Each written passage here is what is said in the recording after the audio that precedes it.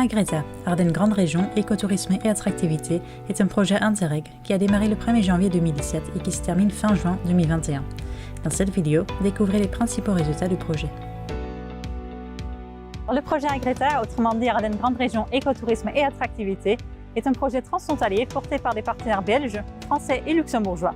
Il est financé dans le cadre de la programmation Interreg 5 de la Grande Région et il bénéficie donc de fonds FEDER et des cofinancements nationaux de la région Wallonne et du gouvernement du Grand Duché de Luxembourg. Le montant total pour ce projet s'élève à 2,3 millions d'euros. Le but de ce projet était d'augmenter l'attractivité de l'Ardenne transfrontalière. Donc l'Ardenne transfrontalière se trouve en fait à cheval sur 3 pays, une partie en Belgique, une partie en France et une partie au Luxembourg. Concrètement, pour la France, il s'agit du département des Ardennes. Pour le Luxembourg, il s'agit du nord du pays, autrement appelé Eichsleck. Et pour la Belgique, il s'agit des provinces de Namur, la province de Liège et la province de Luxembourg. Dans le cadre du projet Agreta, évidemment, notre projet se concentre sur les territoires qui se trouvent au sein de la Grande Région. Afin de développer l'entièreté du territoire ardennais, en incluant donc le département des Ardennes et la province de Namur, un projet miroir existe. Celui-ci s'appelle Ardennes Attractivity et est quant à lui financé par la programmation Interreg France Wallonie-Vlaanderen. Ainsi, les deux projets, Agreta et Ardennes Attractivity, développent de manière conjointe l'Ardenne transfrontalière avec pour but d'augmenter son attractivité.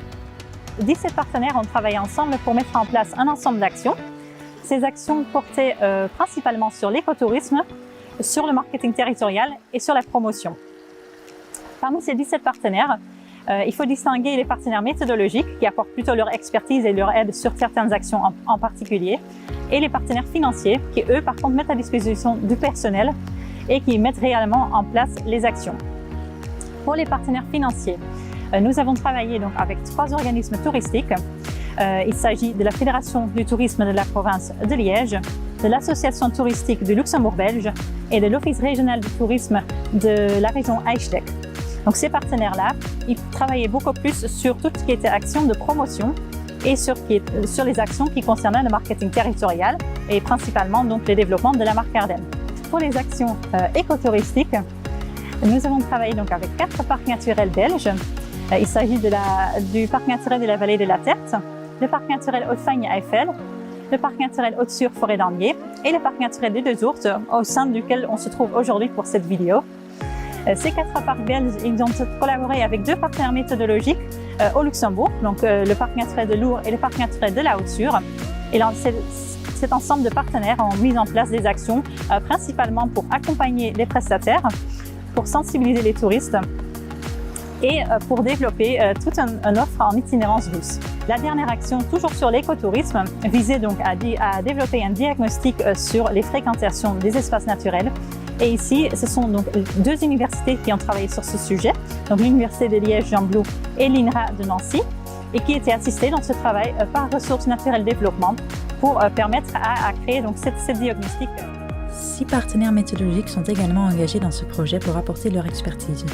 Il s'agit de l'Agence de tourisme de l'Est de la Belgique, de l'ancien CRT de la Lorraine, aujourd'hui l'Agence de tourisme de la région Grand Est, les parcs naturels de Gaume, de Lourdes et de la Haute-Sur, ainsi que le GUE Marketing Ardennes-Eiffel. L'ensemble du projet Agreta et ses différentes actions sont coordonnées par le GUE Destination Ardennes. Concrètement, passons au résultat du projet Agreta. Alors on va commencer par des actions qui touchent plutôt le marketing territorial, parce qu'en fait il faut savoir qu'avant de démarrer le projet Agreta, tout un ensemble d'acteurs travaillaient déjà ensemble au sein du GUE Destination Ardennes, qui avait pour but de valoriser en fait l'Ardenne transfrontalière à travers sa marque touristique, sa marque de territoire, la marque Ardennes. Naturellement, une des actions était donc dédiée au développement de la marque Ardennes. Ce sont les organismes touristiques, la Fédération de tourisme de la province de Liège, l'Association touristique du Luxembourg belge et l'Office régional de l'Eichsleck qui ont travaillé sur ce sujet. Lucille explique ce que c'est la marque Ardennes. La marque Ardennes, c'est une marque qui propose un tourisme durable et un tourisme citoyen. Alors par tourisme durable, on veut bien entendu dire écotourisme. Et pour le faire au mieux, il s'agissait avant tout de créer un vaste réseau qui impliquait vraiment nos habitants dans la marque, parce que les habitants de la région font évidemment notre force économique, mais c'est également eux qui partagent toutes les valeurs ardennaises, tant auprès de leur communauté qu'auprès des visiteurs qui viendront nous rejoindre. Alors cette marque Ardennes et ce réseau d'adhérents compte aujourd'hui 765 adhérents, donc c'est un assez beau chiffre, on est content et qui va encore évoluer dans les années à venir. Et ce réseau, on cherche à l'animer bien entendu, à le former au maximum et à l'accompagner autant qu'on peut. Alors on a créé des rendez-vous annuels qu'on a en toute simplicité appelés les rendez-vous de l'Ardenne. Alors c'est des grandes rencontres qui sont conviviales, qui sont des moments de partage et d'échange et qui sont fortement appréciés. Il y a plus ou moins 300 invités chaque année et presque autant d'inscrits. Et ces grands moments d'échange mènent évidemment à de jolies collaborations entre nos adhérents au sein de la marque Ardennes. Alors l'autre point fort de notre marque, c'est de proposer à nos adhérents toute une série de formations et de webinaires. Du coup, en cette période de crise, on a dû évidemment s'adapter, mais ça n'a pas posé de problème parmi notre réseau. Tout le monde s'est bien impliqué et a répondu présent à nos appels. On a par exemple créé les apéros de l'Ardenne qui nous permettaient d'évoquer tant des sujets numériques qu'écotouristiques. Mais on a également réalisé des roadshows et des journées de formation qui portaient sur le tourisme numérique, l'assistance à la formation pour les réseaux sociaux, mais aussi d'autres types de formations qui sortent un peu de l'ordinaire, comme celle donnée par White Trip pour nous assister à la création d'offres touristiques expérientielles. Alors le dernier point fort pour ce réseau d'adhérents et vraiment un des grands intérêts d'y participer, c'est qu'on propose à nos adhérents toute une série d'outils. Alors dans ces outils, il y a bien entendu le code de la marque qu'il faut un peu s'apprivoiser à chaque fois et pour lequel évidemment on aide aussi nos adhérents à travers des formations. Mais donc premier outil, ce code de marque. Ensuite on a proposé un guide de marque, un site dédié spécialement aux professionnels du tourisme qui s'appelle pro.visiteardennes. Et à partir de là, ils peuvent retrouver vraiment l'ensemble des aides et des assistances qu'on leur fournit. Ils peuvent y télécharger les brochures qu'on a mis à disposition, les cartes touristiques. Ils peuvent y trouver tout un tas de conseils écotouristiques également. Ils y ont accès à notre médiathèque via ce moyen aussi. Donc c'est très pratique cette médiathèque, c'est environ 8000 visuels, vidéos, photos et tout un tas de supports de communication haute qualité qui sont vraiment mis à leur disposition et qui peuvent utiliser en toute aisance et en toute bonne volonté. Une grande partie des actions du projet étaient dédiées à l'écotourisme. Une première action portait sur la réalisation d'un diagnostic concernant l'utilisation des espaces naturels ardennais. Ce sont l'Université de Liège-Jean-Blou, l'INRA de Nancy et Ressources Naturelles Développement qui ont travaillé sur ce sujet. Marc, de l'Université de Liège-Jean-Blou, nous explique quels étaient les objectifs de cette étude. Les objectifs de l'action 3 sont au nombre de 3. On a d'abord une évaluation de la motivation et des attentes des touristes par rapport à la nature en Ardennes. En second objectif, on a une évaluation de la fréquentation touristique pour des raisons nature. Et en troisième objectif, on essaye d'évaluer l'impact socio-économique du tourisme nature en Ardennes. Alors ce qu'on a constaté dans le cadre de cette action 3, c'est que les attentes et les motivations pour les visiteurs de venir en Ardennes, c'est la nature. C'est principalement la nature pour plus de 50%, même jusqu'à 70% des visiteurs. Et les opérateurs touristiques estiment aussi que la principale raison, c'est pour la nature que les visiteurs viennent en Ardennes. Alors, quand on a analysé les attentes de manière précise en termes de paysage, un peu plus précise en termes de paysage, on a observé qu'en fait, les visiteurs préfèrent bien mieux les forêts feuillues que les forêts résineuses, 2 fois plus les forêts feuillues que les forêts résineuses. Ils préfèrent jusqu'à 4 fois plus les forêts avec du bois mort, où il y a des traces de naturalité, où la naturalité est assez présente. Et ils préfèrent aussi très largement des forêts dans lesquelles il y a des ouvertures, notamment en fond de vallée, dans lesquelles on peut découvrir la nature. En termes d'infrastructures, ils préfèrent très nettement avoir un minimum d'infrastructures que pas du tout, ou des infrastructures qui sont beaucoup trop importantes. Et au-dessus de tout, ils apprécient et ils veulent absolument qu'on leur prépare beaucoup plus de sentiers que des chemins en dur ou des chemins macadamisés. Dans le cadre de cette étude, afin d'estimer au mieux la fréquentation des espaces naturels ardennais, les chercheurs ont utilisé des données GSM et ils ont également installé des caméras trappes. Il est très difficile de mesurer la fréquentation touristique des espaces naturels et forestiers parce qu'il n'y a pas de droit d'entrée, donc on n'identifie pas les personnes qui viennent sur place. Donc pour cela, on a utilisé des données GSM ainsi que des données de caméra trappe pour essayer de compter les personnes qui venaient dans des zones qui étaient très peu urbanisées et dans lesquelles il y avait beaucoup plus de nature et de forêt qu'ailleurs. Les données GSM nous ont ainsi indiqué qu'il y avait environ 12 millions de visiteurs dans les 14 zones que nous avons étudiées et ces 12 millions de visiteurs ont été observés à peine sur un quart de l'Ardenne. Ce chiffre est très important parce qu'il correspond en fait à l'ensemble des visites payantes qui sont enregistrées pour toute la Wallonie sur une année. Et ici, sur un quart de l'Ardenne, on a l'équivalent de ce nombre de visiteurs. Les caméras trappes nous ont donné des données complémentaires. On a placé des caméras trappes dans 4 sites importants des différents plateaux ardennais. Et ces caméras trappes nous ont permis d'avoir des indications assez précises de la fréquentation locale cette fois. Ces caméras ont permis de confirmer que les données GSM étaient cohérentes par rapport à la fréquentation des sites naturels. Elles ont montré aussi des différences, parfois très importantes, entre les données GSM et les données observées localement, tout simplement par le fait que certains sites sont plus attrayants que d'autres, ou que dans certains sites, il manque des infrastructures touristiques, de la nature, pour qu'ils soient fréquentés correctement. Grâce aux enquêtes qu'on a réalisées chez les visiteurs sur le terrain, mais aussi une enquête grand public, on a en même temps qu'interrogé les gens sur leurs attentes et leur motivation. On leur a demandé s'ils logeaient, s'ils se nourrissaient, le nombre de kilomètres qu'ils avaient réalisés pour se déplacer. Et ces données nous ont permis d'identifier qu'en fait, plus de la moitié des visiteurs dorment sur place. Les 3/4 mangent sur place, donc c'est une contribution relativement importante. Et quand on prend en compte les dépenses, ça représente environ sur nos 14 zones, donc un quart de l'Ardenne, la partie que l'on a étudiée avec les données GSM, ça nous donne déjà un montant de plus de 300 millions d'euros par an. Quand on a ces données nous permettent aussi d'évaluer les investissements que les personnes sont prêtes à faire pour profiter de la nature. Ils font déjà de gros investissements en termes de déplacement, ça représente environ 17 € par personne et par an. Et quand on analyse ces données de déplacement, on a aussi une information sur ce qu'ils seraient prêts à payer pour profiter des espaces naturels, par exemple sous la forme de droits d'entrée.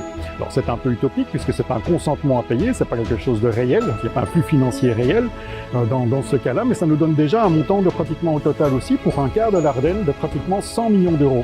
Ces 100 millions d'euros, ça représente autant que la valeur des bois qui sont produits chaque année en Ardennes et 10 fois les locations de chasse proposées aux communes chaque année.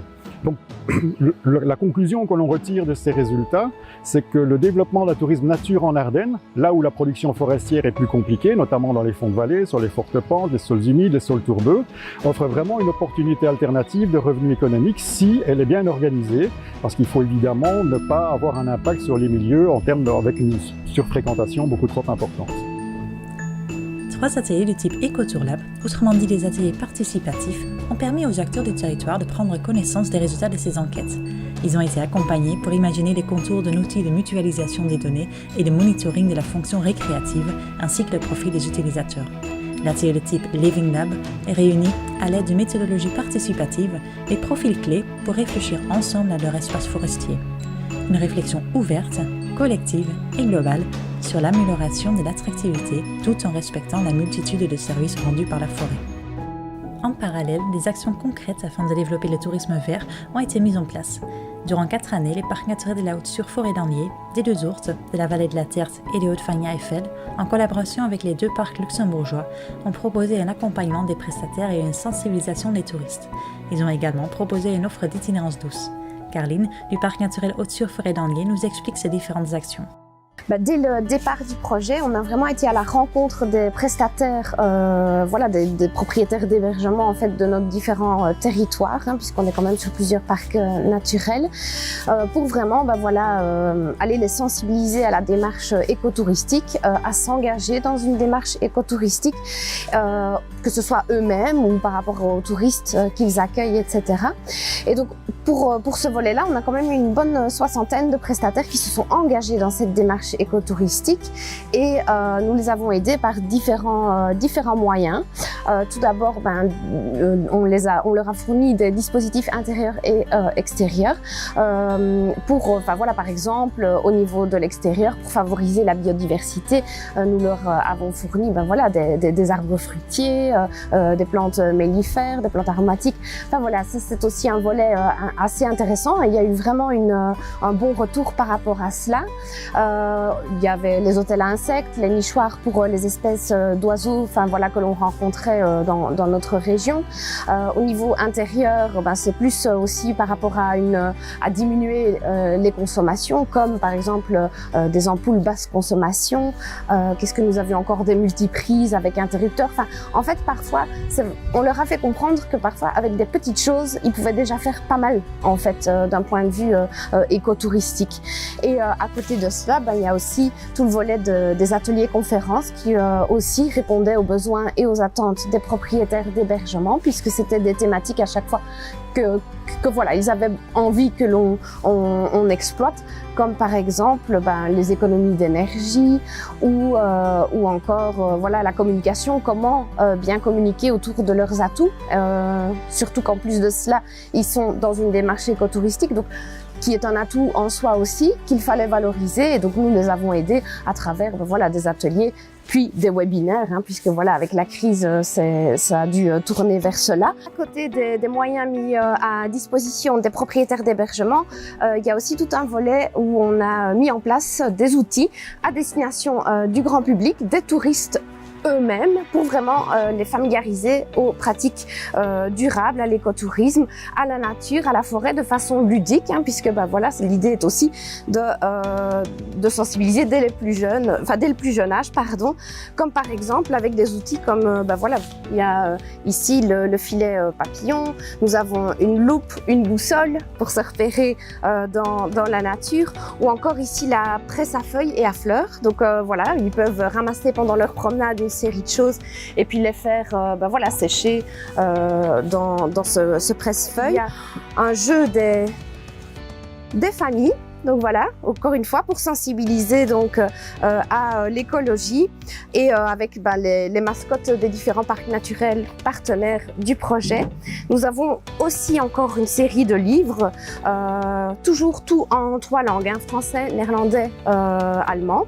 À côté de cette malle découverte, donc qui est à disposition en fait des touristes dans les hébergements eux-mêmes, nous avons aussi conçu un petit guide de bonnes pratiques, donc une visite en Ardennes, avec effectivement voilà, toute une série de choses, de conseils, aussi de règles finalement à suivre quand on se promène par exemple en forêt, voilà, quand on quitte son hébergement. Évidemment, on ne laisse pas la fenêtre grande ouverte et le chauffage allumé. Voilà, c'est une série de petites choses comme ça pour sensibiliser vraiment les touristes eux-mêmes à des pratiques plus durables du tourisme. Par rapport à la création d'une offre d'itinérance douce, les opérateurs se sont penchés sur la création d'un itinéraire équestre transfrontalier. Plus de 500 km relient 6 parcs naturels de part et d'autre de la frontière. Nous sommes aujourd'hui sur une de ces aires de repos, à Huybrin, au sein du parc naturel des Deux Ourtes. Justement dans une aire de pique-nique équestre, et par aire de pique-nique équestre on entend voilà, une aire composée d'un abri que vous pouvez voir ici, un panneau informatif comme celui derrière moi, ainsi qu'une barre d'attache ici pour les chevaux en tant que tels. En fait, dans cette partie-là voilà, développement d'une itinérance douce, nous avons créé en fait un tracé équestre qui s'appelle l'Ardenne à cheval au galop de parc en parc. Sur nos différents panneaux informatifs, on peut voir ce tracé donc qui démarre dans le parc, une des extrêmes est le parc naturel Haute-Fagne-Eiffel pour voilà, aller vraiment vers le bas, parc naturel Vallée de la Terte. L'Ardenne à cheval, c'est un tracé de plus ou moins 560 km, donc qui traverse 6 parcs naturels au total. Et au niveau voilà, du tracé en tant que tel, vous pouvez le voir sur chacun des panneaux, nous avons cette carte. Alors, les panneaux informatifs, ils sont à chaque fois composés, bien évidemment, d'un descriptif du projet, du tracé équestre. Vous avez la carte, ainsi qu'à chaque fois une particularité de l'endroit dans lequel on se trouve, comme par ici, voilà, la légende de la vallée des Fées pour cette aire de pique-nique. Le tracé l'Ardenne à cheval au galop de parc en parc n'est pas balisé. Pour retrouver l'ensemble des informations de cet itinéraire, les visiteurs peuvent scanner le QR code sur les panneaux ou sur le dépliant. Sur le site visiteardennes.com, une page a été dédiée à cette route. Les visiteurs pourront découvrir les différentes étapes, les bonnes adresses pour passer la nuit avec son cheval et ils ont également la possibilité de télécharger les tracés GPX de la route. Enfin, la dernière action du projet était dédiée à la promotion de la destination. Ce sont à nouveau les organismes touristiques qui ont travaillé sur cette action. Un grand travail a été fait sur la mise en place d'un site web quadrilingue basé sur les expériences à vivre sur le territoire. Il s'agit du site web visitardenne.com qui est accompagné de ses réseaux sociaux, une campagne de communication et diverses brochures. Lucie nous explique les différents éléments et nous fait part des bons résultats de cette action, comme par exemple le nombre de sessions du site web. À l'heure d'aujourd'hui, notre site web enregistre 1,5 million de sessions, ce qui est un chiffre dont on est assez fiers et vraiment content. Alors ce chiffre est nourri par une grande campagne de communication qu'on a entamée depuis 2 ans. Cette campagne de communication s'appelle Partir loin tout près et elle a énormément de succès pour le moment. On a construit un mini-site qui permet vraiment de mettre en avant des expériences selon les envies, les saisons et un peu les possibilités de nos visiteurs. Donc ça permet vraiment d'avoir un contenu approprié et directement intéressant pour les personnes qui viennent le voir.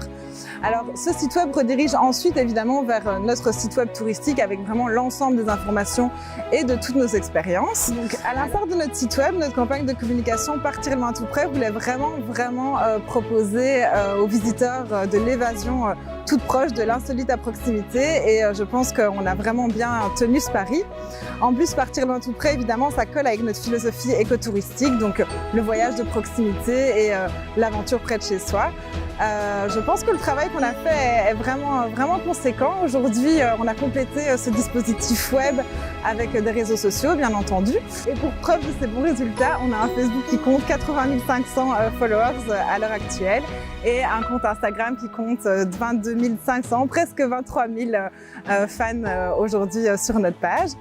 Alors, outre le web, évidemment, on n'oublie pas le print. Donc, on en a déjà évoqué quelques-unes, mais on a plusieurs brochures qui sont sorties et qu'on a publiées récemment. Alors, la dernière en date, c'est une brochure rando-vélo à travers les parcs naturels de notre région et de notre territoire. Vous pouvez la découvrir tout bientôt, à peu près partout dans nos MT, OT et institutions touristiques. Alors à ça s'ajoute évidemment un dispositif autour de la presse plus traditionnelle. On a beaucoup de contacts avec la presse qui nous entoure, qu'elle soit régionale ou nationale. Et juste sur une saison, on compte à peu près 35 articles parus. Donc ça montre une fois de plus notre succès, on en est très contents. Pour compléter ce dispositif, on a également proposé à nos touristes et visiteurs une newsletter qui compte 30 700 abonnés à l'heure d'aujourd'hui avec un très bon taux d'ouverture. Donc on en est ravis. Et une des dernières nouveautés à être parue dans cette newsletter, c'est une nouvelle campagne qui est arrivée et qui s'appelle Mon Ardenne. Alors Mon Ardenne, c'est un de nos sous-projets qui vise de nouveau à impliquer tous les habitants du territoire, un peu comme on l'a fait avec notre réseau d'adhérents. Alors le but de Mon Ardenne, c'est vraiment de proposer tous les bons plans que les participants au projet ont, que ce soit des projets personnels qu'ils peuvent présenter ou bien juste des bons plans qu'il y a aux alentours de chez eux, dont ils ont entendu parler, qu'ils ont envie de partager avec le reste de la communauté. Dans cette vidéo, vous avez pu découvrir les principaux résultats du projet Agreta. Pour encore plus d'informations, je vous donne rendez-vous sur le site interreg.visitardenne.com.